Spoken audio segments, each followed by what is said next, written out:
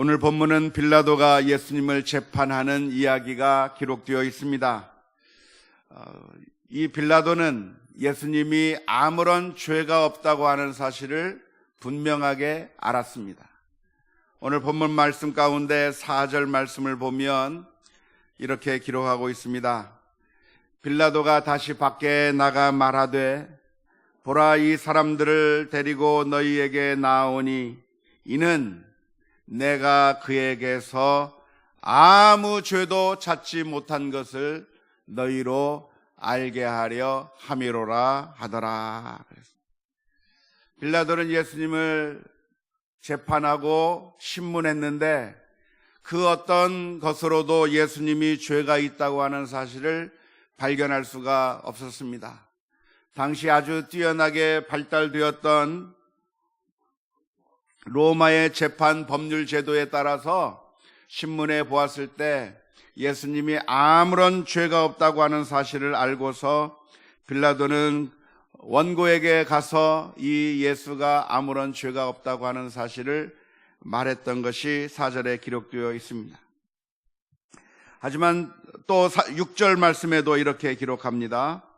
대제사장들과 아랫사람들이 예수를 보고 소리질러 이르되 십자가에 못 박으소서, 십자가에 못 박으소서 하는지라. 빌라도가 이르되 너희가 친히 데려다가 십자가에 못 박으라. 나는 그에게서 죄를 찾지 못하였노라. 빌라도는 예수님에게서 아무런 죄를 찾을 수 없다고 단호하게 이야기하고 있는 것처럼 보입니다. 하지만 유대인들이 계속해서 대제사장들과 그 아랫사람들이 계속해서 예수님을 십자가에 못 박으라고 압박을 하게 되자 결국 빌라도는 예수님을 그 악한 자들의 말에 굴복해서 십자가에 죽이도록 넘겨주고야 말았습니다. 이건 정말 말이 안 되는 일이라고 할 수가 있겠습니다. 만일 정상적이라고 한다면, 사법 시스템이 제대로 움직인다고 한다면 이 순간에 어떻게 하는 것이 옳습니까? 만일 정당한 양심이 있는 재판관이라고 한다면 그들에게 나아가서 이 사람 예수는 아무런 죄가 없다, 그러므로 무죄 방면한다고 선언해야 마땅했을 것이고, 이 죄 없는 사람들을 너희가 해칠 경우에는 너희들을 잡아서 처단하겠다고 말해야 그것이 정상적인 판결이라고 말할 수가 있을 것입니다. 하지만 놀랍게도 빌라도는 악한 자들의 억지 주장에 굴복하고 말아서 예수님을 십자가에 내어주고야 말았습니다. 그렇게 넘겨주고야만 그 이유를 우리가 살펴보게 되면 유대인들이 빌라도의 약점을 물고 늘어졌기 때문일 거라고 생각을 합니다. 12절 말씀에 보면 유대인들이 이렇게 주장을 했습니다. 이 사람을 놓으면 가이사의 충신이 아니니이다. 무릇 자기를 왕이라 하는 자는 가이사를 반역하는 것이니이다.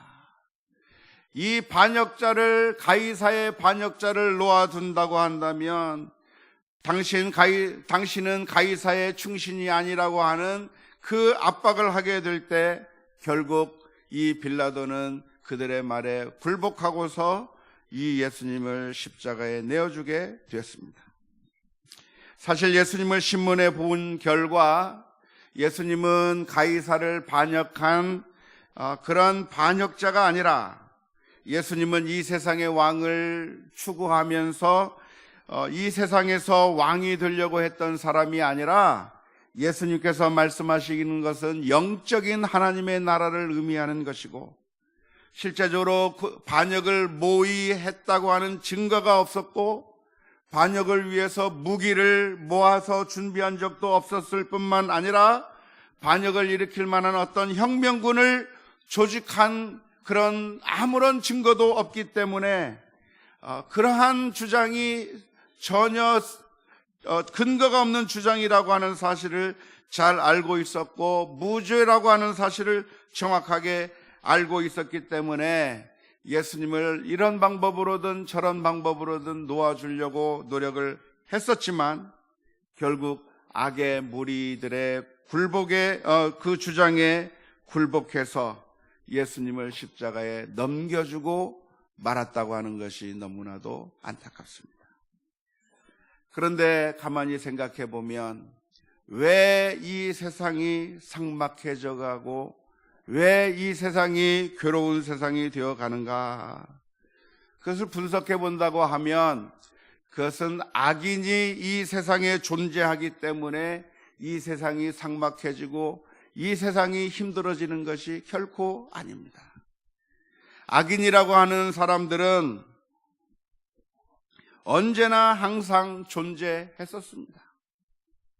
지금까지 인류가 존재하는 한 그 어느 사회에든지 악한 사람들이 없었던 시대가 없었습니다. 악인은 언제든지 항상 존재해 있었던 것이라고 말할 수가 있는데 사회가 언제 악해지는가? 악한 사람들이 없다가 생겨나서 악해지고 삭막해지는 것이 아니라 그 악한 사람들의 주장에 다른 사람들이 침묵하거나 방조하거나 중립적인 모습을 취하면서 오히려 그들을 도와주게 될 때 악한 자들이 날뛰는 세상이 되고 말았다고 하는 것이 역사가 우리를 향해서 가르쳐주는 말이라고 할 수가 있습니다. 좋은 사회와 삭막한 사회를 구분한다고 하면 좋은 사회는 어떤 사회입니까? 악한 자들이 날뛸 때, 악한 자들이 악을 범하고자 할 때 그 대다수의 사람들이 대개 모든 사회에서 악한 사람들은 얼마나 되냐면 소수에 불과해요. 몇몇 사람에 불과하지 않는 그 악한 사람들이 날뛰기 시작할 때 대다수의 사람들이 그 악한 사람들의 주장을 무시하고 억누르면서 선한 일을 동조하게 될 때 그 사회는 선한 사회가 되고 좋은 사회가 되는 반면에 악한 사람들이 날뛰고 그리고 그들이 악한 일을 범할 때 수많은 사람들이 침묵하고 방관하고 악을 행하는 것들을 그냥 방치해 둘 경우에 그 사회는 악한 사회가 되고 만다고 하는 사실을 저와 여러분들이 다시 한번 기억할 수 있기를 주님의 이름으로 축원합니다. 우리 교회라고 하는 이 공동체도 어떻게 하면 좋은 공동체를 만들어 갈 것인가? 이 교회라고 하는 공동체는 각양각종의 사람들이 다 모여 있습니다. 그럴 때 이 각양각층의 사람들이 다 모여져 있어서 어떤 사람들은 악한 의도를 가지고 말하는 사람도 있고 때로는 무지해서 악한 말을 할 때가 있고 이 교회를 어지럽히는 사람들이 있을 수가 있는데 그 순간에 수많은 사람들이 그 악한 사람들이 움직이는 것을 보면서 그냥 방관하고 침묵하고 그리고 일부러 동조하기도 하는 그 모습을 보이게 될 때는 교회가 삭막한 상태가 될 수밖에 없는 것입니다. 좋은 교회는 어떤 교회인가? 악한 사람들이 판을 치지 못하도록 그 사람들을 막아낼 수 있는 그런 사람들이 나타날 때 그 교회는 좋은 교회가 될 수 있을 줄로 믿습니다. 오늘 본문의 말씀을 보면 이 유대인들이 예수님을 죽이고자 할 때 그 자리에서 아주 결정적인 역할을 할 수 있었던 이 빌라도가 그 가운데서 자기가 할 수 있는 제대로의 역할만 감당했다고 할지라도 예수님을 십자가에 넘겨주지 않을 수가 있었을 줄로 믿습니다. 하지만 그 순간에 자신이 어정쩡한 태도를 취하면서 죄가 없는 예수님을 십자가에 내어줌으로 말미암아 결국 예수님이 십자가 위에 못 박히게 되었던 안타까운 모습을 오늘 본문의 말씀 가운데서 읽게 되는 것입니다. 이 사회에 있는 수많은 악한 사람들이 움직여 나갈 때 그 가나안을 향해 나아가던 그 광야 이스라엘 민족 가운데 그 온 이스라엘 민족들이 타락하기 시작한 것은 언제 타락했는가? 이스라엘 민족 가운데 섞여 있던 잡족들 몇몇 사람들이 불평을 하기 시작합니다. 그들 한쪽 구석에서 불평하기 시작하는 그 순간에 그 불평들이 전염이 되고 전염이 되면서 모든 사람들에게 전염이 되면서 이스라엘 민족들이 불평과 불만을 터뜨리는 모습으로 바뀌어 가게 되는 모습을 볼 수가 있습니다. 그런데 역시 마찬가지인데 이 사회가 왜 삭막한 사회로 변해가는가? 그것은 악인이 존재하기 때문이 아니라 악인들이 존재하고 있는 그 순간에 수많은 사람들이, 그런대로 괜찮은 사람들이 침묵하거나 악인들의 악에 굴복하거나 동참하게 될 때 이 세상은 삭막해지고 잘못되어 갈 수밖에 없는 것입니다. 악인들이 행동하는 방법은 어떻게 행동하는가? 악인들은 다수의 침묵을 이용해서 자신들의 세력을 확정해가고 중립적인 것처럼 행세하는 사람들의 무언의 동조를 받아가면서 악한 일들을 해 나갈 수밖에 없는 것입니다. 그 옛날 히틀러가 판을 치던, 그 나치가 판을 치던 유럽 사회에서 어떻게 나치가 그 독일을 점령하게 되고, 그리고 어떻게 해서 전 세계를 점령하며 나갈 수가 있게 되었는가에 대해서 반성하는 마틴 니멀러 목사님이 쓴 시가 있는데, 이 니멀러 목사님은 이런 시를 쓴 적이 있습니다. 나치가 공산주의자들을 덮쳤을 때 나는 침묵했다. 나는 공산주의자가 아니었기 때문이다. 나치가 사회 민주단원들을 가두었을 때 나는 침묵했다. 나는 사회 민주단원이 아니었기 때문이다. 나치가 노동조합원들을 가두었을 때 나는 아무 말도 하지 않았다. 왜냐하면 나는 노동조합원이 아니었기 때문이다. 나치가 유대인들을 가두었을 때 나는 아무 말도 하지 않았다. 왜냐하면 나는 유대인이 아니기 때문에. 그런데 그들이 나에게 닥쳐왔을 때 나를 위해 말해줄 리가 내 주위에 아무도 남아있지 않았다.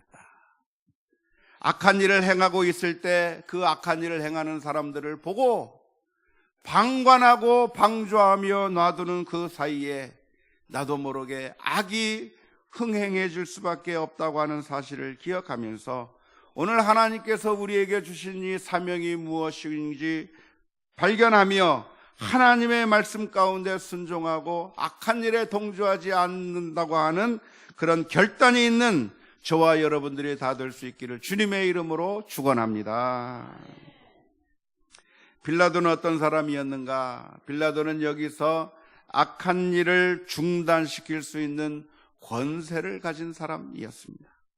10절 말씀에 보면 빌라도가 이렇게 이야기를 합니다.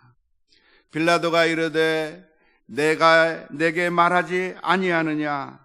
내가 너를 놓을 권한도 있고 십자가에 못 박을 권한도 있는 줄을 알지 못하느냐? 빌라도는 자기 자신에게 어떠한 권한이 있다고 하는 사실을 분명하게 알았습니다. 그런데 그 큰 권한을 가지고 무죄요 선언하면 무죄가 되는 겁니다. 이것은 죄가 없는 것이고 예수님이 아무런 죄가 없다고 선언하면 그걸로 끝이 나는 그 상황 가운데서 이 빌라도가 그런 권세를 가지고 있으면서도 불구하고 악인들의 세력에 굴복해서 결국 예수님을 십자가에 내어줌으로 말미암아 역사의 죄인이 되고 말았다고 하는 안타까운 일이 오늘 본문에 기록되어 있습니다. 1964년 뉴욕에서 있었던 제노비스 사건이라고 하는 것이 있습니다. 키티 제노비스라고 하는 여성이 자신의 집에서 새벽 3시 30분 강도들에 의해서 살해를 당하게 되었을 때 그 여성이 격렬하게 반항을 하면서 나 좀 도와달라고 그렇게 소리를 질렀는데, 그렇게 30분 동안 소리를 질렀는데 주변에 40가구가 있었고 그 소리를 들었지만 그 가구 가운데서 어느 누구 하나도 경찰에 신고하지 않아서 결국 살해당한 사건이었다고 합니다. 결국 그 사건들을 조사한 뉴욕 타임스 기자가 이 사건을 목격하고도 도와주지 아니한 그 사람들을 조사해 보았는데 왜 신고하지 않았느냐라고 물어보았더니 누가 신고할 줄 알았다고 생각해서 신고하지 않았다고 이야기를 했고, 결국 아무도 신고하지 않은 걸로 인해서 그 사람이 죽어버렸다고 하는 그런 유명한 이야기가 있습니다. 물론 나중에 뉴욕타임즈 기자가 다시 한번 조사를 했더니 신고한 사람이 있었다고 그래요. 있었다고 하는데, 아무튼 이 사회에서 왜 계속해서 악한 일들이 일어나는가?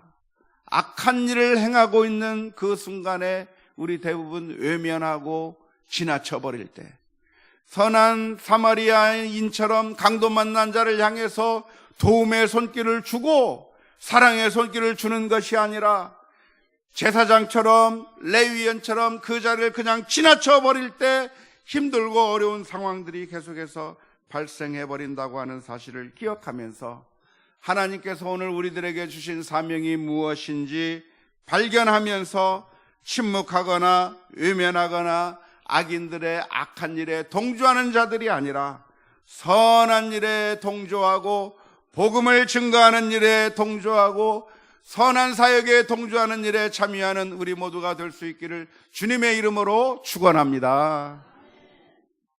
오늘 이 아침에 저희들이 기도할 제목이 있다고 한다면 하나님께서 나에게 주신 선한 일에 참여하는 자가 되게 하여 주시옵소서. 침묵하거나 방관하거나 외면함으로써 악을 동조하는 것이 아니라 악이 승리하는 것에 방관하지 말게 하시고 선한 일에 참여하는 자가 되게 하여 주옵소서. 기도하며 나가는 우리 모두가 다 될 수 있기를 주님의 이름으로 축원합니다. 오늘 본문에 등장하는 이 빌라도의 모습은 그 앞에 등장하는 마태복음 8장에 등장하는 백부장의 모습과는 180도로 다른 모습이라고 말할 수가 있습니다. 로마의 관원이었던 백부장과 로마의 관원이었던 로마의 총독 사이에 너무나도 큰 차이점이 있습니다. 마태복음 8장 8절과 9절 말씀에 보면 로마의 백부장은 예수님을 향해서 이렇게 이야기를 한 적이 있습니다. 백부장이 대답하여 이르되 주여 내 집에 들어오심을 나는 감당하지 못하겠사오니 다만 말씀으로만 하옵소서. 그리하면 내 하인이 낫겠사옵나이다.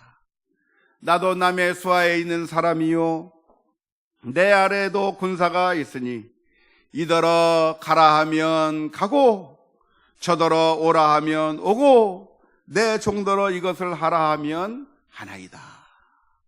로마의 백부장이었던 이 마태복음 8장의 백부장은 예수님을 만나게 되는 그 순간에 자기가 권세를 가지고 있다고 하는 사실을 알았습니다.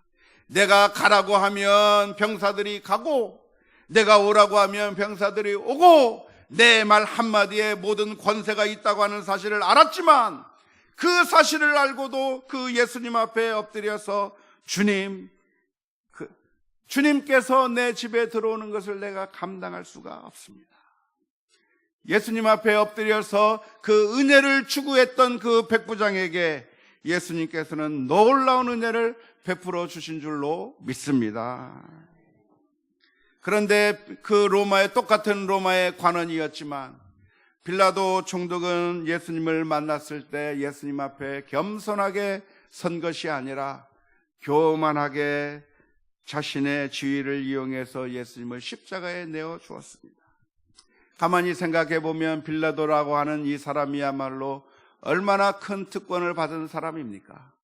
예수님이라고 하는 만왕의 왕, 온 심판의 주가 되신 우리 주님을 만나게 된다고 하는 것이 특권이고, 주님을 만나게 되었다고 한다면 그 주님 앞에서 머리를 숙여 경배하며 은혜를 간구했다고 한다면 이 빌라도도 놀라운 은혜를 받을 수가 있었을 줄로 믿습니다. 그런데 안타까운 것은 그 주님 앞에 무릎을 꿇고 엎드리는 것이 아니라 교만한 마음으로 예수님을 심판해 버림으로 말미암아 결국 역사의 죄인이 되고야 말았습니다.